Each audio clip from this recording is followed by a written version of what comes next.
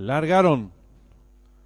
Salen agrupados los competidores. Trata de enseñar el camino el participante número 3, el poderoso, pequeña ventaja sobre el número 4, Strong Team. Tercero se desempeña el competidor número 6, Black Explicit.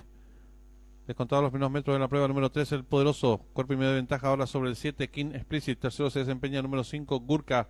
Cuarto viene accionando el número 6, Black Explicit. En la quinta ubicación lo hace el 4, Strong Team. Los competidores están enfrentando el codo sin variantes, el número 3, el poderoso, cuerpo y medio de ventaja sobre el 5, Gurka. Tercero se desempeña el número 7, King Explicit.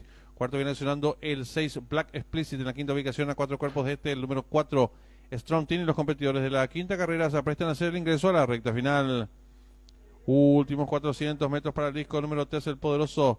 Estira 3 cuerpos y medio de ventaja sobre el número 7, el número 7, King Explicit. Abierto se desempeña el número 5, Gurka. Descuenta ya los últimos 300 metros para el disco. El número 3, el poderoso, firme en la delantera. Lo hace con varios cuerpos de ventaja sobre el número 5, Gurka. En la tercera ubicación se desempeña el 6, Black Explicit. Gana terreno al fondo el 4, Strong Team. Descuenta ya los últimos 100 metros para el disco. El número 3, el poderoso. Amplias ventajas sobre el número 4, Strong Team. Pocos metros para el disco. De punta a punta el 3, el poderoso y César Mora. Amplias ventajas sobre el 4, tercero el 5 y cruzaron el disco.